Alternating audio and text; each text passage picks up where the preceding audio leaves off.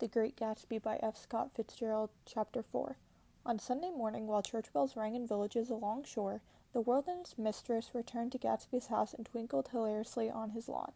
"He's a bootlegger," said the young ladies, moving somewhere between his cocktails and his flowers. "One time he killed a man who had found out that he was nephew to von Hindenburg and second cousin to the devil. Reach me a rose, honey, and pour me a last drop into that there crystal glass." Once I wrote down on the empty spaces of a timetable the names of those who came to Gatsby's house that summer. It is an old timetable now, disintegrating at its folds, and it's heated. This schedule is in effect July 5th, 1922, but I can still read the great names, and they give you a better impression than my generalities of those who accepted Gatsby's hospitality and paid him the subtle tribute of knowing nothing whatever about him. From East Egg, then, came the Chester Beckers and the Leaches, and a man named Bunsen, whom I knew at Yale, and Dr. Webster Civet, who was drowned last summer up in Maine, and the Hornbeams and the Willie Voltaires, and a whole clan named Black Buck, who always gathered in a corner and flipped up their noses like goats at whoever came near, and the Ismays and the Christies, or rather Hubert Ackerbach and Christie's wife, and Edgar Beaver, whose hair they say turned cotton white one winter afternoon for no good reason at all. Clarence and I'm was from East Egg, as I remember. He came only once in white knickerbockers and had a fight with a bum named Eddie in the garden. From farther out on the island came the Cheadles and the O.R.P. Schraders, and the Stonewall Jackson Abrams of Georgia, and the Fisher Guards, and Ripley Snells. Snell was there 3 days before he went to the penitentiary, so drunk out on the gravel drive that Mrs. Ulysses Sweat's automobile ran over his right hand. The Danceys came, too, and S.B. Whitebait, who was well over 60, and Maurice A. Flink, and the Hammerheads, and Beluga, the tobacco importer, and Beluga's girls. From West Egg came the Poles, and the Mulreadys, and Cecile Roebuck and Cecile Schoen, and the Gulick, the state senator, and Newton Orchid, who controlled films par excellence, and Ecost, and Clyde Cohen, and Don C. Schwartz, the son, and Arthur McCarty, all connected with the movies in one way or another, and the Catlips, and the Bembergs, and G. Earl Muldoon, brother to that Muldoon who afterwards strangled his wife. De Fontano, the promoter, came there, and Ed Legeros, and James B. Rotgut Ferret, and the Dijongs, and Ernest Lilly. They came to gamble, and when the ferret wandered into the garden, it meant he was cleaned out, and associated traction would have to fluctuate profitably next day. A man named Kilpspringer was there so often and so long that he became known as the Boarder.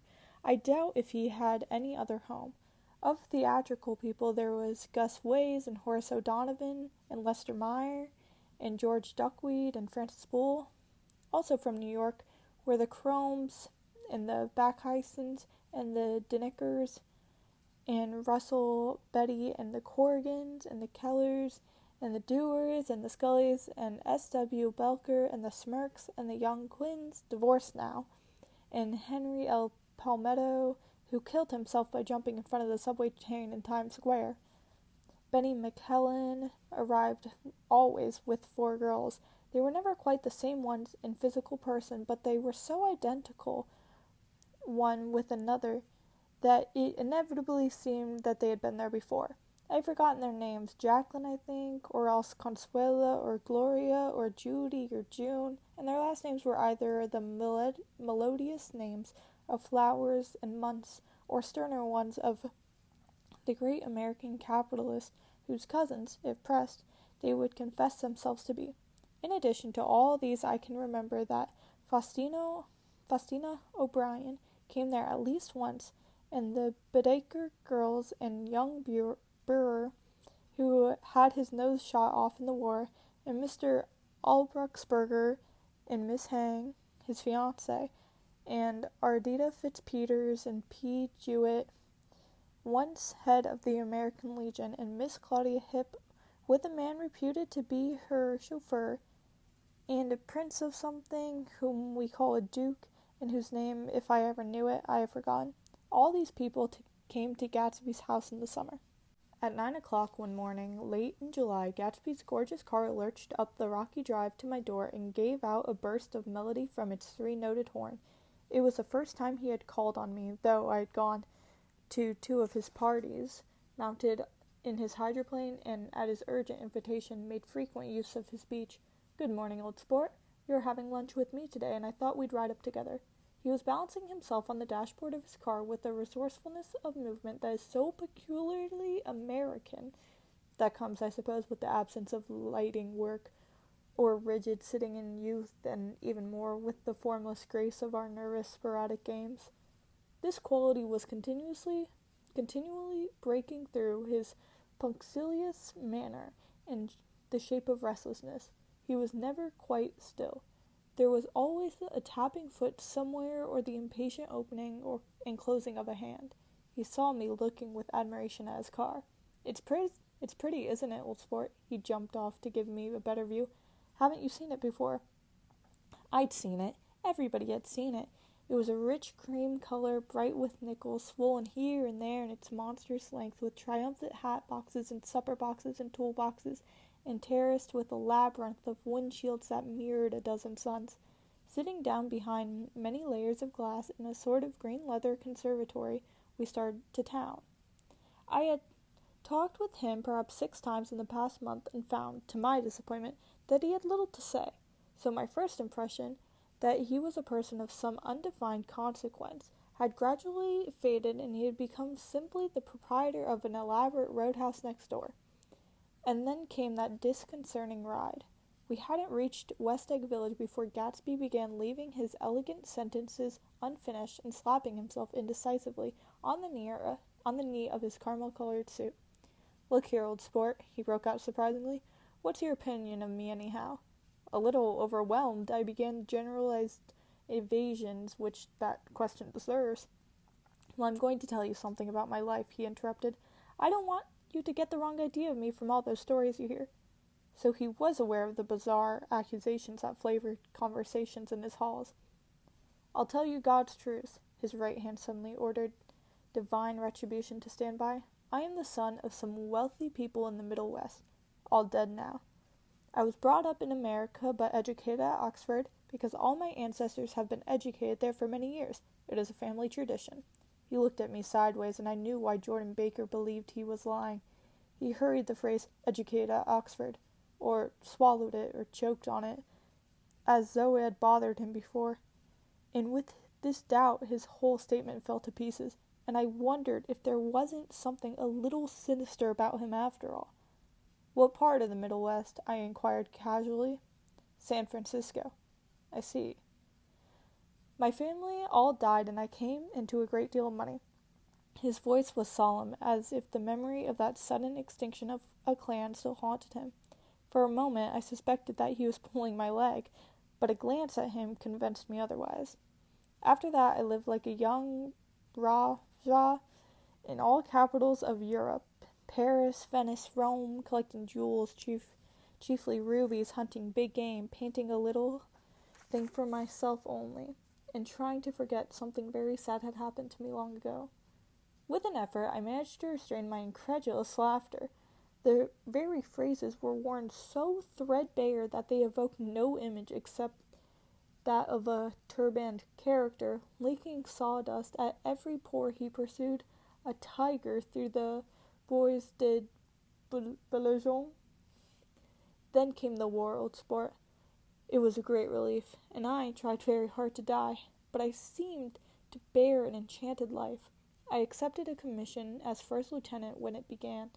In the Argonne Forest I took 2 machine-gun detachments so far forward that there was a half-a-mile gap on either side of us where the infantry couldn't advance. We stayed there 2 days and 2 nights, 130 men with 16 Lewis guns, and when the infantry came up at last, they found the insignia of 3 German divisions along piles of dead. I was promoted to be major, and every Allied government gave me a decoration, even Montenegro. Little Montenegro down in the Adriatic Sea. Little Montenegro, he lifted up the words and nodded at them with his smile. The smile comprehended Montenegro's troubled history and sympathized with brave struggles of the Montenegrin people. I appreciated fully the chain of national circumstances which had elicited this tribute from Montenegro's little warm heart. My incredulity was submerged in fascination now. It was like skimming hastily through a dozen magazines. He reached into his pocket and a piece of metal, slung on a ribbon, fell into my palm. That's the one for Montenegro. To my astonishment, the thing had an authentic look. Orderi de Danilo, ran the circular legend. Montenegro, Nicholas Rex. Turn it. Major J. Gatsby, I read. For valor extraordinary. Here's another thing I always carry. A souvenir of Oxford days. It was taken in Trinity Quad. The man on my left is now the Earl of Doncaster. It was a photograph of half a dozen men in blazers loafing in an archway through which were visible a host of spires. There was Gatsby, looking a little, not much younger, with a cricket bat in his hand. Then it was all true. I saw the skins of tigers flaming in his palace on the Grand Canal. I saw him opening a chest of rubies to ease with their crimson light and depths the gnawings of his broken heart. I'm going to make a big request of you today, he said, pocketing his souvenirs with satisfaction. So I thought you ought to know something about me. I didn't want you to think I was just some nobody. You see, I usually find myself among strangers because I drift here and there trying to forget the sad things that happened to me. He hesitated. You'll hear about it this afternoon. At lunch? No, this afternoon. I happened to find out that you're taking Miss Baker to tea. Do you mean you're in love with Miss Baker? No, old sport, I'm not. But Miss Baker has kindly consented to speak to you about this matter. I hadn't the faintest idea what this matter was, but I was more annoyed than interested. I hadn't asked Jordan to tea in order to discuss Mr. J. Gatsby. I was sure the request would be something utterly fantastic, and for a moment I was sorry I'd ever set foot upon his overpopulated lawn. He wouldn't say another word. His correctness grew on him as we neared the city. We passed Port Roosevelt, where there was a glimpse of red-belted ocean-going ships, and sped along a cobbled slum lined with the dark, undeserted saloons of the faded gilt 1900s. Then the Valley of Ashes opened out on both sides, and we had a glimpse of Mrs. Wilson straining at the garage pump with panting vitality as we went by. With fenders spread like wings, we scattered light through half Astoria, only half, for as we twisted along the pillars of the elevated, I heard the familiar jug-jug spat of a motorcycle, and the frantic policeman rode alongside. All right, old sport, called Gatsby. We slowed down, taking a white card from his wallet. He waved it before the man's eyes. Right you are, agreed the policeman, tipping his cap. Know you next time, Mr. Gatsby. Excuse me. What was that? I inquired. The picture of Oxford. I was able to do the commissioner a favor once, and he sends me a Christmas card every year. Over the great bridge, with the sunlight through the girders making constant flicker upon the moving cars, with the city rising up across the river in white heaps and sugar lumps, all built with wish-wash out of non-afflactory money. The city scene from the Queensboro Bridge is always the city scene for the first time, in its wild promise of the mystery and beauty in the world. A dead man passed us in a hearse heaped with blooms, followed by 2 carriages with drawn blinds, and by more cheerful carriages for friends. The friends looked out on us with the tragic eyes and short upper lips of southeastern Europe, and I was glad that the sight of Gatsby's splendid car was included in their somber holiday. As we crossed Blackwell's Island, a limousine passed us, driven by a white chauffeur, in which sat 3 modish Negroes, 2 bucks, and a girl. I laughed aloud as the yolks of their eyeballs rode towards us in haughty rivalry. Anything can happen now that we slid over this bridge, I thought. Anything at all. Even Gatsby could happen without any particular wonder. Roaring afternoon. In a well-fanned 42nd Street cellar, I met Gatsby for lunch. Blinking away the brightness of the street outside, my eyes picked him out obscurely in the anteroom, talking to another man. "Mr. Carraway, this is my friend Mr. Wolfsheim." A small flat-nosed Jew raised his large head and regarded me with two fine growths of hair which luxuriated in either nostril. After a moment I discovered his tiny eyes in the half-darkness. "So I took one look at him," said Mr. Wolfsheim, shaking my hand earnestly, "and what do you think I did?" "What?" I inquired politely, but evidently he was not addressing me, for he had dropped my hand and covered Gatsby with his expressive nose. I handed the money to Catspaw, and I said, "All right, Catspaw. Don't pay him a penny till he shuts his mouth." He shut it then and there. Gatsby took an arm of each of us and moved forward to the restaurant, whereupon Mr. Wolfsheim swallowed a new sentence he was starting and lapsed into a somnambulatory abstraction. "Highballs?" asked the head waiter. "This is a nice restaurant here," said Mr. Wolfsheim, looking at the Presbyterian nymphs on the ceiling, "but I like across the street better." "Yes, highballs," agreed Gatsby, and then to Mr. Wolfsheim, "It's too hot over there." "Hot and small, yes," said Mr. Wolfsheim, "but full of memories." "What place is that?" I asked. "The old Metropole." "The old Metropole," brooded Mr. Wolfsheim gloomily, "filled with faces dead and gone, filled with friends gone now forever. I can't forget so long as I live the night they shot Rosie Rosenthal there. It was 6 of us at the table, and Rosie had eaten and drunk a lot that evening. When it was almost morning, the waiter came up to him with a funny look and says somebody wants to speak to him outside. 'All right,' says Rosie, and begins to get up, and I pulled him down his chair. 'Let the bastards come in here. They want you, Rosie. But don't you, so help me, move outside this room.' It was 4 o'clock in the morning then, and if we'd raised the blinds, we'd see daylight." "Did he go?" I asked innocently. "Sure he went," said Mr. Wolfsheim. Mr. Wolfsheim's nose flashed at me indignantly. He turned around in the door and says, "Don't let that waiter take away my coffee." He went out to the sidewalk, and they shot him there 3 times in his full belly and drove away. 4 of them were electrocuted," I said, remembering. 5 with Becker. His nostrils turned to me in an interested way. "I understand you're looking for a business negotiation." The juxtaposition of these two remarks were startling. Gatsby answered for me. "Oh, no," he explained, "this isn't the man." "No?" Mr. Wolfsheim seemed disappointed. "This is just a friend. I told you we'd talk about that some other time." "I beg your pardon," said Mr. Wolfsheim. I had the wrong man." A succulent hash arrived, and Mr. Wolfsheim, forgetting the more sentimental atmosphere of the old Metropole, began to eat with fervorous delicacy. His eyes, meanwhile, roved very slowly all around the room. He completed the arc by turning to inspect the people directly behind. I think that, except for my presence, he would have taken one short glance beneath our own table. "Look here, old sport," said Gatsby, leaning towards me. "I'm afraid I made you a little angry in the car this morning." There was that smile again, but this time I held out against it. "I don't like mysteries," I answered, "and I don't understand why you won't come out frankly and tell me what you want. Why has it all got to come through Miss Baker?" "Oh, it's nothing underhand," he assured me. "Miss Baker's a great sportswoman, you know, and she'd never do anything that wasn't all right." Suddenly he looked at his watch, jumped up, and hurried from the room, leaving me with Mr. Wolfsheim at the table. "He has to telephone," said Mr. Wolfsheim, following him with his eyes. "Fine fellow, isn't he? Handsome to look at, and a perfect gentleman." "Yes, he's an Oxford man." "Oh, he went to Oxford College in England. You know Oxford College?" "I've heard of it."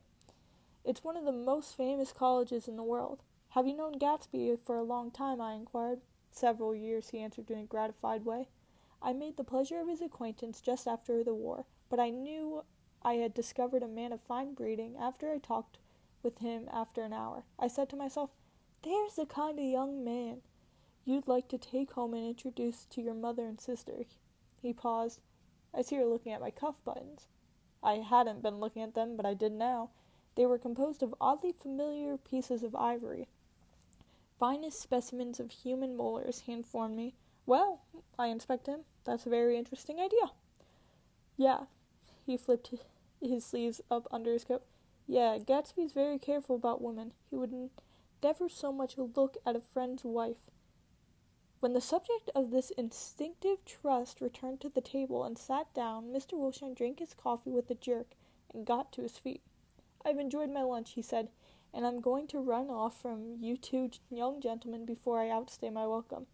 "Don't hurry, Myers," said Gatsby without enthusiasm. Mr. Wolfsheim raised his hand in a sort of benediction. "You're very polite, but I belong to another generation," he announced solemnly.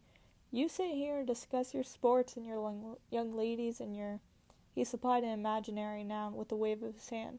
"As for me, I am 50 years old, and I won't impose myself on you any longer."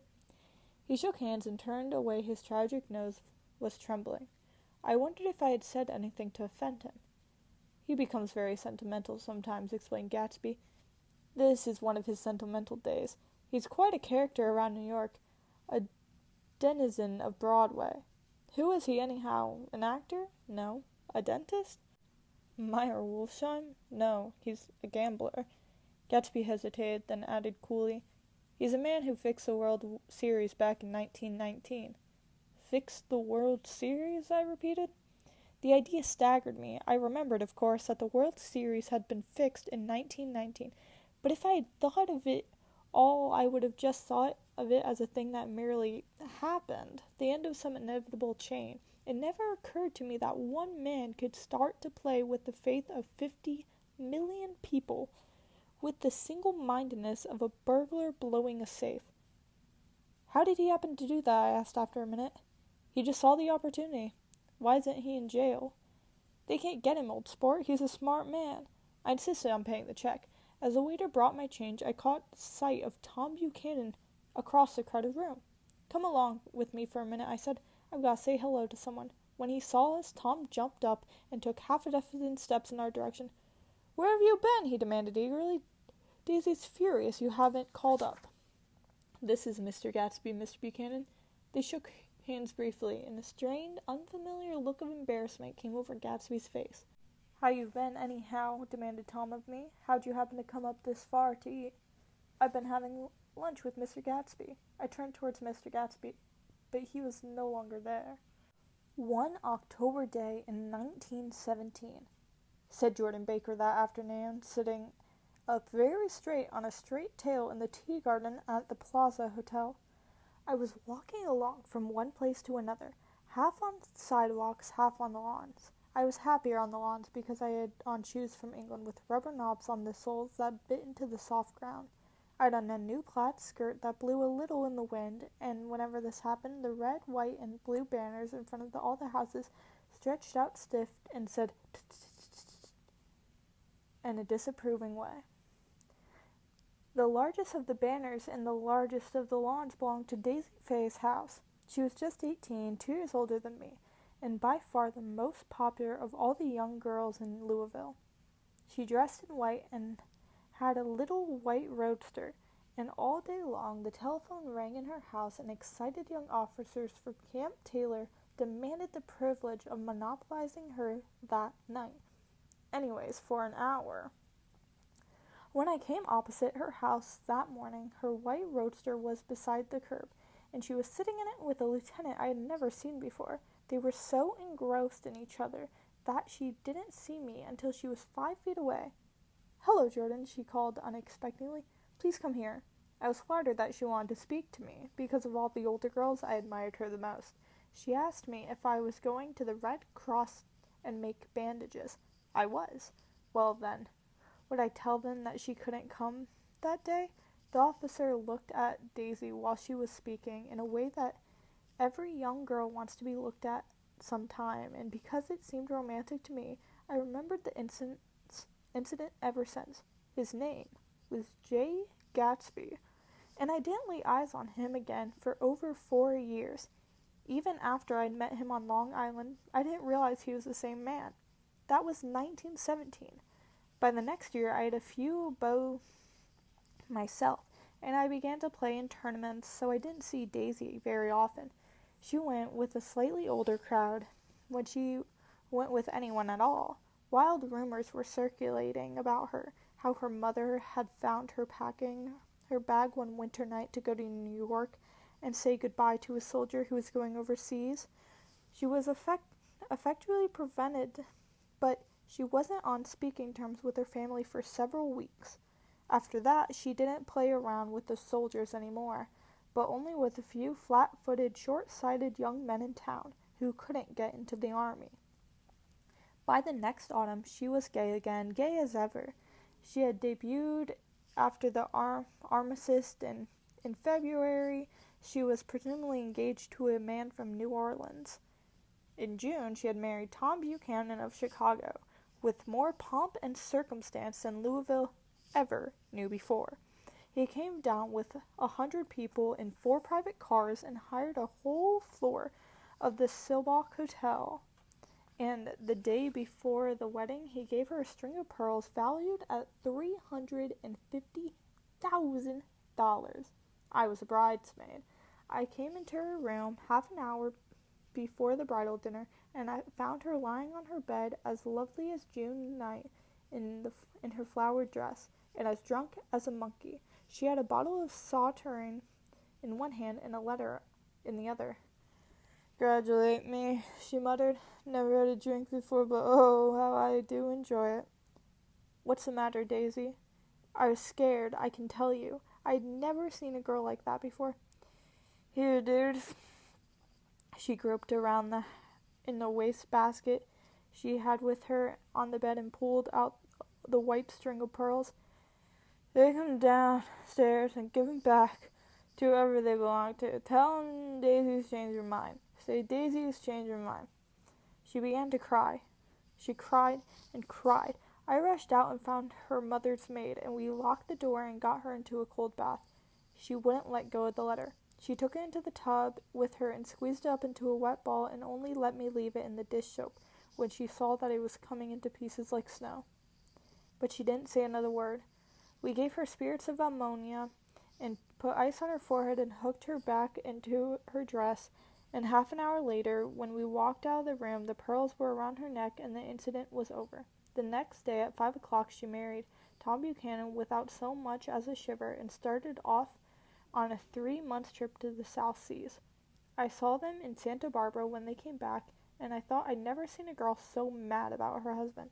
If he left the room for a minute, she looked around uneasily and say, "Where's Tom gone?"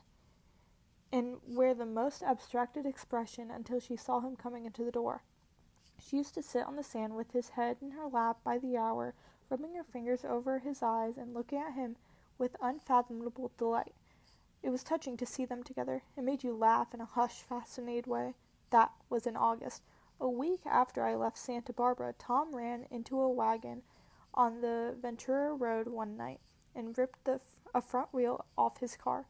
The girl who was with him got into the papers too because her arm was broken. She was one of the chambermaids in the Santa Barbara hotel.